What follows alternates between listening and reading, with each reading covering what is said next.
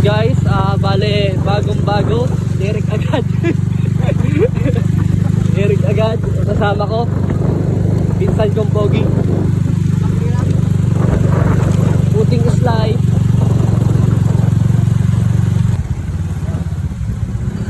Sentro na kami ng Basud.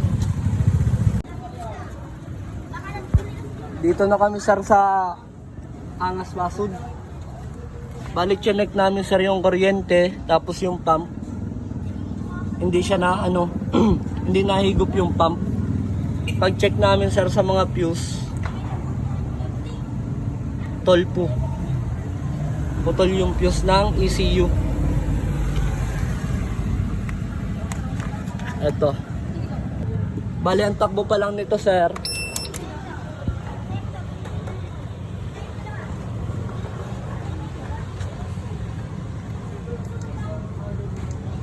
52 kilometer.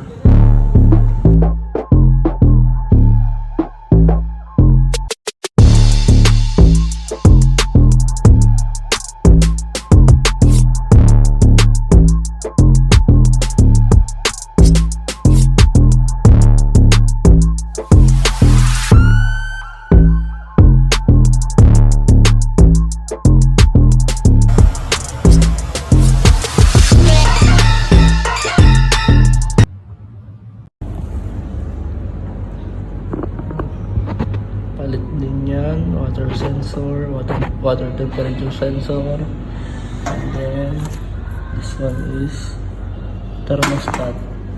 Ito po yung pinalitan. Hello.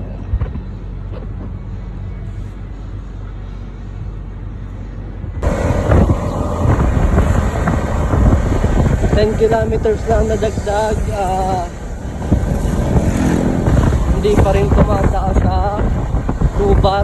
Like 3 bar yan kanina dun sa traffic, pero nung nasa maluwang na daan na, nagbalik siya sa 2 bar. Tapos ito naman degree Celsius niya dyan sa may 14.5 volts. Ang pinamataas niya is 86. Ayun, pabalik na ako sa office. Nagingin naman ako ng concern dun sa may-ari kung pwedeng i-test drive. Okay lang naman daw. So okay na. Thermostat at water temperature sensor yung pinalitan ko. Nung ginamit ko siya, wala pang 1 kilometer. Isang bar na lang, nandiyan na sa pinaka-high. So ngayon, wala naman ang nangyaring masama, wala naman temperature na tumaas, wala naman kumingay. All goods na.